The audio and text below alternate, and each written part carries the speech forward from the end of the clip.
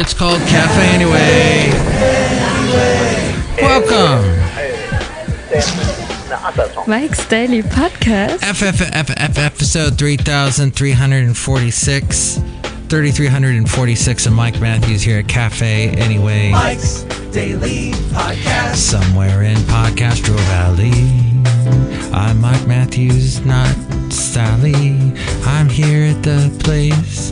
People walk around with crazy looks on their faces as they walk around. They're trying to go to one of the best places in town called Cafe Anyway, broadcasting from Podcastro Valley, the last place on earth. Mike's Daily Podcast. In the land of Ameritopica. The last show was called Subscribing. Somebody actually asked me Daily how many subscribers I have. Podcast. I don't know. Yeah. I'm not one of those YouTubers that cares about stuff. I am on YouTube, but it's not that, because YouTube can easily deplatform you, can just pull the air out of your big influencer balloon and say, you know what? No more YouTube for you. You get to just go back to your life as filming things and posting them on it. Well, I guess you got other choices then. You can jump over to Instagram or TikTok, or maybe Netflix will take you. Yes, Netflix. That's where the money's at. Or Spotify now. They do videos, as does Apple. Apple, once upon a time, they started this whole thing with the whole podcast thing. It was all audio stuff because people were getting their songs, their music for their iPods back, 20 years ago? And suddenly people were recording shows, and Apple said, oh yeah, that's cool. More people using our products, so go for it. They actually put stuff on their devices, on their computers, that allowed you to make podcasts, made it easier, the GarageBand and all that, because they wanted you to create. That was interesting. Once upon a time, people didn't want you to create. Now everybody wants you to create, and there's creatives. There's no longer creators, there's creatives. And here's today's podcast. We have so many creators. You're now a creative. You're just like the rest of us. And then all of a sudden, the man behind me leans forward and says, hang on to your seat. And he ruined the whole thing for me. Hang on to your seat, because this is going to be an interesting show. And I like creatives. I like creators, people that create things. I think that's cool. That's been my only thing in life that I was good at, was creating stuff. I'm not good at math. I can write decently. I can't write well. I can't rap good. So I guess I do this podcast thing. I did some music once upon a time, wrote a bunch of songs. I have a folder over here. In fact, I was using it as a seat. The late great Basil the Boxer actually heard a couple of my songs. He thought they were decent. I actually have a song. I don't have it on the website anymore, but I used to have a song. I have the recording somewhere, and I could probably whip it back up into my brain into a frenzy and perform it for you at some point, called Walking My Boxer. He's not a pit bull. Walking My Boxer, he's a handful. Walking My Boxer, everybody needs to just chill out. I think those were the lyrics. Hey, better than the John Denver lyrics, Sunshine on My Shoulder, Make Me Happy. Sunshine on my shoulder makes me high. That's pretty much it. That's the whole song. I mean, even George Harrison with his song I Got My Mind Set on You added a couple more words. Because it's going to take money, a whole lot of spending money. It's going to take time and money to do it right, child. He had that part. Because he's got his mindset on. Do you think up in heaven somewhere John Denver and George Harrison are jamming? That would be an interesting...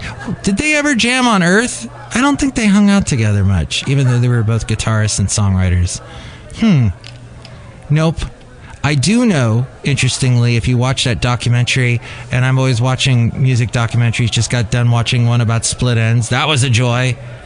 Split Enz, which later became Crowded House, Neil Finn, and his very talented brother Tim Finn, who was huge in Australia and New Zealand. And I actually heard some stuff I never heard from Tim Finn before that I was, because I do have one Tim Finn album that came out about the time Crowded House was popular. That was pretty good. And he had some stuff out back in the 80s that was amazing. So I love watching documentaries.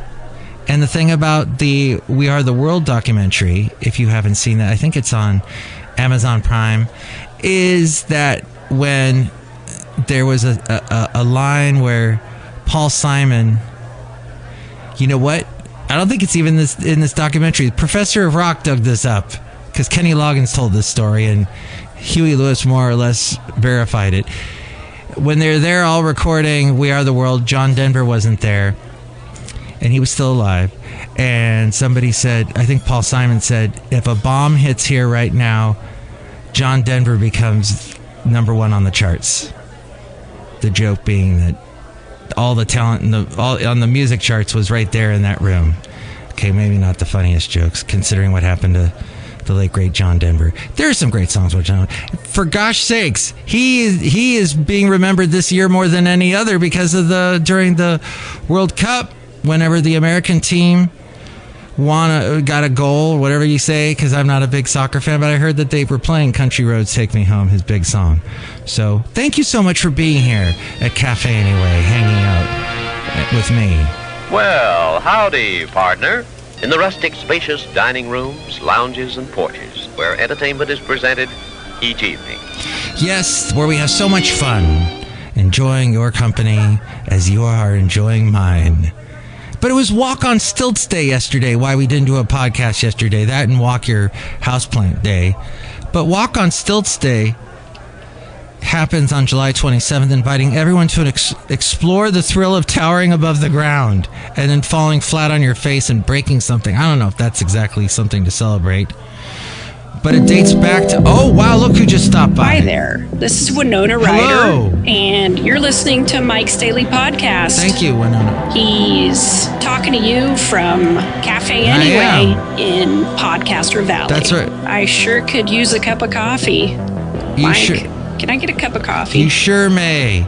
As a matter of fact, have some coffee. Coffee and contemplation. Yeah. Flow. Like Hopper said, Stranger Things mix there for you. Mike Matthews here as we go outside a Cafe Anyway, where we bring you Mike's Daily Podcast somewhere in Podcaster Valley, the last place on earth in the land of Meritopia. Goes back to the ancient Greeks. Stilt walking. So we were celebrating that yesterday. Stilts come in different types, including handheld, peg, spring. Oh, something called digitigrade. Anyway. Digitigrade. Cafe Anyway. According to archaeological discoveries, stilt walking goes as far back as the 6th century BC. The Greeks called it kolobathrisis for stilt walker. Before the 15th century, people in Namur, Belgium, have been using stilts for practical purposes, including working in muddy areas and also jousting. However, in 1411, the Count of Namur banned the use of stilts and fighting on stilts. No more fighting, he said. Also, it has a long tradition in France, where shepherds of the Landes... I don't understand you people. I mean, all these picky little points you keep bringing up, they don't mean nothing. They're fascinating, these picky little points. They employ stilts to watch over their flocks, and the people use them to walk on the soggy ground and transport themselves quickly. Then in the 19th century, the shepherds began abandoning walking on stilts as the marshes of Landres dried up. However, the French aristocrats picked up the practice and started using it as fashion. In the first half of the 20th century, stilt marathons were held in Paris to celebrate the French agricultural tradition. Now we have performers on them at fairs, parades, festivals, parties. Stilt walking and dancing are a common sight at local festivals, especially in Spain, the Netherlands, and Belgium, because of that tradition that goes back with Belgium and stilts. Now that's legit. It is. Fruit farmers in California use aluminum stilts, or as the British say, aluminium stilts, to prune and harvest peach, plum, and apricot trees. They are also employed to wash large windows, repair roofs, do drywall construction, hang suspended ceiling tiles, and install high ceilings and paint. Oh yeah, they use it to paint. So for all those reasons, we took off the day yesterday because of Stilt Day mainly. So we're back though with today's podcast. We're going to get to all kinds of fascinating stuff on the show. Let's start the show. Wait, we haven't started it yet? Well, we're going to start it even now. More. It's going to be more starred. Because we were talking a little bit about soccer there for a second, weren't we? Beer sales. They're the ones that are screaming goal really loudly and long. And you got to watch out because it's trademarked. And you can't just say it. If you're like in radio, you could get someone asking for their hand. Oh, wow, that's wild. Isn't that wild? The World Cup generated about $20 billion in economic activity in the U.S. Just in the U.S. $20 billion. With restaurants and bars among the biggest winners. Oh, I knew that was going to happen. Everywhere you went in the Bay Area when there was a game going on. Big TVs, people cheering. Beer sales spiked 4% nationally during the first 4 weeks of the World Cup. Now, if you compare that to the same period last year, it was up 4%. Jumped 14% in the cities where they were hosting the game. 14% more booze and such being consumed. So the restaurants are laughing and cheering and going woohoo. Global betting on the entire World Cup was up $60 billion. That's sad. Was that Kalshi? Was that the Poly Market and all that idiocy? And as so much money is being, it's ridiculous. It's sad. It's so sad. They're laughing all the way to the bank. An estimated $2 billion was wagered worldwide on that final. You are technically correct. The best kind of correct. Yes, I'm technically correct. $2 billion wagered worldwide on, and that seems even low compared to what I had thought in my brain. But between Spain and Argentina, the final game of the World Cup, $2 billion was wagered. I wonder how. Everyone I knew thought Argentina was going to win, so I don't know how much was lost there, and if how that works out where. If less people are betting for the team you're betting for and they win, do you get a bunch more money? And that's stuff I don't want to know the answer to. Betting and gambling is bad. Making it one of the most heavily bet sporting events in history. The Super Bowl, to give you perspective, people bet about $2 billion on the Super Bowl. This was $60 billion. Kentucky Derby, people bet a measly $500 million. 500 million, not billions. All right, and the biggest, brashest World Cup on record drew to a close with, let's see, at the final were something like over 80,000 I can't believe fans. What the hell is this place? It's called Cafe Anyway. The average price for a ticket was around $10,000. Wow. FIFA is poised to net in over $9 billion in revenue this year. $9 billion. The World Cup winner, Spain, got $51 million for winning. The second prize, of course, Argentina, they got $34 million. So, second place, $34 million. If you would have won, you would have made maybe $20 million more. Too bad. A combined $871 million was paid to the 48 participating teams. So just for participating, you got an honorary mention of $871 million divided by 48. You got bupkis million. Congratulations. Some of you are really good with math, and you have that number, and you're saying it to the podcast speakers. That's enough. Put down the mic. Sorry. Let's see. There was Madonna, Justin Bieber, BTS, Shakira.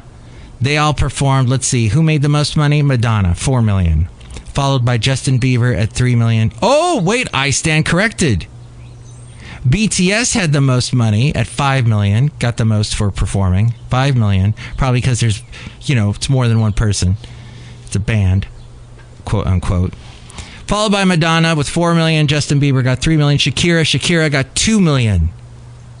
For both Shakiras. 2 million. Let's see. More than 6.5 million fans attended matches altogether, and that set a World Cup attendance record. FIFA estimates the tournament generated over $40 billion in economic activity, $40 billion, across the 3 host countries, with tourism, hospitality, transportation, and infrastructure spending. It's Bison Bentley's.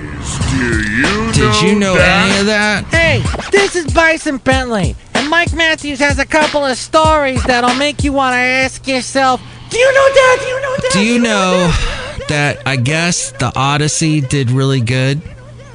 I should have seen that coming because somebody at work was, ooh, I'm gonna go see the premiere of the Odyssey. Ooh, I got a special tickets to the midnight premiere. Ooh, they were all excited. So whenever somebody just involuntarily tells me something and I didn't ask them to tell me, unprovoked, they tell me these things, that's when I usually go, this might be a big movie. Well, roughly 8 million Americans saw the Odyssey on the first weekend it came out.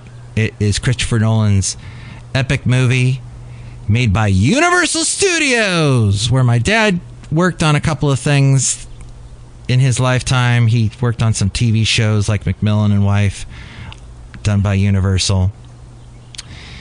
Apparently, this was the best domestic start year to date for a movie at almost $125 million that it pulled in. This is interesting. This is the best ever opening for Matt Damon. Yes. Bourne Identity movies didn't do it. What else did he do? The Good Will Hunting. He was relatively unknown then. Anything else? Nope. This was the biggest. Movies. It's the Magic Movie Machine with Marlowe. Yeah, he had this great show where he would go to different places and take the kids along with him with this awesome song. And he had really curly hair and a mustache. He looked like John Stossel. So globally, the Odyssey has pulled in a little over $264 million. Yes, this is the same director that did the Oppenheimer movie. And Inflection, Inspection, Insurrection, and then the space one, the in space person one, Matt Damon. No, the other guy, Matthew McConaughey. Insurrection, no? Something like that. And the Batman ones. Oh, and don't forget Memento way back in the day with Guy Pearce. That was crazy. That was one of the first movies to get really popular and started a whole wave of movies that are told out of sequence. Oh my gosh, then that became every TV show is told out of sequence. They're ridiculous. The average ticket prices, by the way, for the Odyssey movie were $15.32. That was the average ticket. But if you wanted to watch on a big screen, let's see, $22. $22.46 for the IMAX presentation. That is a 32%. Look, I got to go. A couple of cases of Tylenol fell off a truck, and now I got to figure out how to put autism in them. Oh, okay. Good luck with that. He wasn't in that movie, was he? Good luck with Robert De Niro. That, sir. Robert De Niro should have been in that movie, maybe. So if you wanted to pay for IMAX tickets, you'd have to pay 32% over standard tickets for the big premium tickets. And consumers are willing to pay more for IMAX than Dolby Cinema. They want to see perfection. And exactly, this is the person when they were going to go see the Odyssey. They said, I'm going to see it on IMAX screen. One of the top screens in the country was not too far away from me in San Francisco, the Metreon, owned by AMC. Remember, they were going through tough times during COVID because all the theaters were shut down and nobody thought that they would ever make it back, but they made it. They're back with a vengeance. They made something like $173,000 over the weekend over there at the AMC Metreon 16 in San Francisco, Which it's nice if you go there, you want to walk over there by the Yerba Buena Gardens. There's the very beautiful memorial to Martin Luther King Jr. with all the waterfalls and all of the famous quotes from him. And then there's a couple of museums around there too that you can check out. But it's all about teamwork is what I'm trying to tell you. It's teamwork. It's all about teamwork, and we have to pull together as a team, and if you don't, bad things will happen to your team. Got to be a team. And sometimes I get the feeling our team never even gets off the bus. What about Team Starbucks?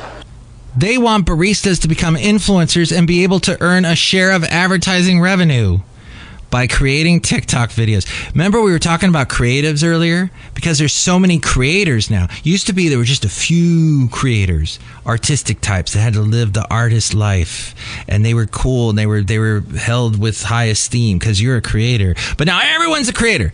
So there's so many creators, it's now where you're just called a creative. I think that's what we were saying earlier. That's what Starbucks wants. They want all their employees. They want you, and you to all be creatives and create TikTok videos. So are they getting any money from TikTok? Well, Starbucks apparently is paying them. The growing influence of social media, where drink hacks, secret menu items, and behind-the-counter videos routinely rack up millions of views. But the videos must be approved by Starbucks.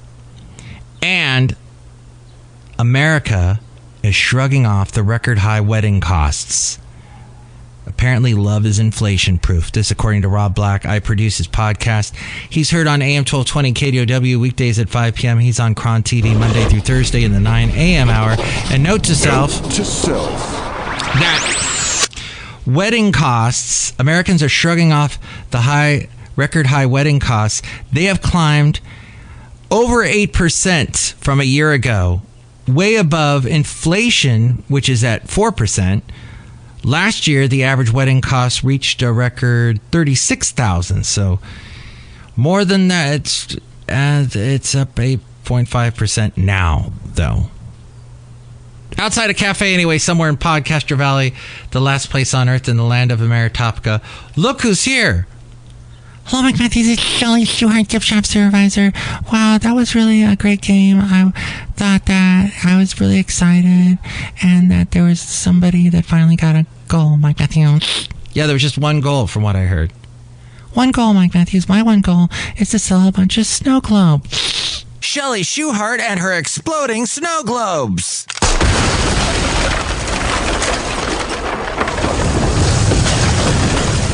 That's amazing. You know what? That one snow globe looks a little like an onion. Uh-huh. Are you trying to pass off an onion as a snow globe? Is that what you're trying to do? Is that the deal? No, Mike Matthews. What would ever make you think of that? Well, you know what I'm thinking of? When you do something like that, when you've done that. I want to put a disclaimer for a blanket apology for any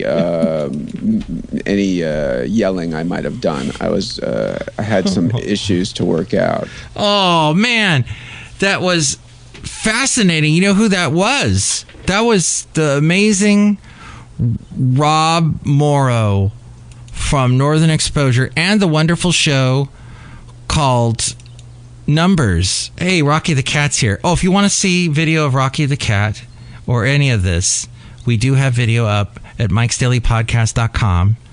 Just click on the thing that says see video of the podcast here. And if you go to that particular link, you can sometimes hear a little crazy mock radio station that I'll put together. Recently, on Sunday, I did Sunshine songs on a Sunday. See? If we don't have free speech, then we just don't have a free country. It's as simple as that. And that's how crazy my free speech is. Look who else is here. Hello, Mike. This is Floyd the Floorman. And this is John Deere, the engineer. Mike, your cat is very cool, and he is purring at this time. And he kind of sounds like that when he purrs. Like what? Kind of like your little vocal fry thing you do sometimes. I don't know what you're talking about. So funny. And now the cat is leaving. Ow! And he grabbed you jumped right on my cord, connecting my... Anarchy! Yeah. I don't even know what that means, but I love it. You can see video of the cat. He's all over the camera right now. If you want to go see Rocky the cat, go to mikesdailypodcast.com. He is, he's hamming it up. He doesn't usually do this. Something about episode 3346. And he's upset that he was... So Basil was in the podcast picture today. Did I mention it was from 10 years ago? And we were over there at Poplar Beach in Half Moon Bay. It's a great picture from then. You can see it at mikesdailypodcast.com. The last picture we had was of Patches the cat, his brother, who was feral. Different mother. And Rocky, a little more domesticated. And we can't pick up Patches, but Rocky lets us pick him up. Lets us pick him up is what I'm trying to say to finish that sentence. But you can see Rocky at mikesdailypodcast.com. He's jealous he hasn't been featured in a picture yet recently. We did have a cool picture of him a couple FFF episodes back. But sprouted onions are safe to eat, according to eatingwell.com, if they are firm and show no signs of rot, mold, or rancidity. May I suggest to you that if you buy onions at Costco, check them out very carefully. In fact, maybe even have the cashier, the person checking you out. Do you have any safe spaces? That sounds creepy. Safe spaces? Yes, where people can go to get away from the colonialist mentality. As long as there's a diversity, equity, and inclusion policy, we'll be fine. The people that scan all of your items at the end of as you're about to leave the store and all of that, and then you give them your credit card have them check out the onions to make sure that they're not completely mold. Because they were selling some Vidalia onions at the one in Newark near Fremont. Oh my gosh, every single onion was just completely unsalvageable. So I had to grab me some red onions. They may taste bitter if they have sprouted, those little sprouts, those cute sprouts, like the one that Shelley Shuhart was trying to sell and pass off as a snow globe. They may have a tougher texture, but they can be used in cooked dishes. Burger Master. Like if you're going to have some burgers with your friend, the Burger Master. Or they can be pickled, according to eatingwell.com. I have not done that. I do love pickled onions. What's the place I've been to that pickles their onions is so good? Oh, even though I have to pay like $25 for a meal there. It's someplace in the Bay Area. Store onions in a cool, dry, dark space or refrigerate them in humid climates to prevent the sprouting from happening. It might have been someplace in Alameda, but it seems to be a thing, a craze going on with the pickled onions. Very cool. So just keep that in mind. While most of us don't want to waste food, we also want to make sure that what we're eating won't harm us. Sometimes the signs are pretty clear to read, like when strawberries become moldy or lettuce turns brown and mushy, and you got to be really careful with lettuce these days. But sometimes the signs can be misleading. That's what this is. Like when you reach for an onion and find that it's grown a bright green tail. Onion plants have a bulb, just like lilies and tulips, and that is the part of the plant we normally eat. So we're eating the bulb. And like a flower bulb, an onion isn't the whole plant. Onions grow stems, and sometimes a flower emerges from the top of that stem. Aww. Oh, how sweet. When onions are harvested, that stem is cut off as close to the onion bulb as possible, and that's how they're sold at supermarkets. Sometimes you may see stems attached when you purchase onions at farmers markets. Good morning, Mr. Matthews. Do you eat your sprouted onions? Let me know. Here's the number to call. Call Mike at the Cafe Anyway hotline. Area code 510-228-4640. And with all things having to do with Mike's Daily Podcast, we go to the mainframe and hear from A-Frame. Thank you for listening. Mike's Daily Podcast is written and produced and performed by Mike Matthews. His podcast is super easy to find. Download or listen to his show and read his blog at mikesdailypodcast.com. Email Mike now at mikesdailypodcast@gmail.com. See you tomorrow. Bye.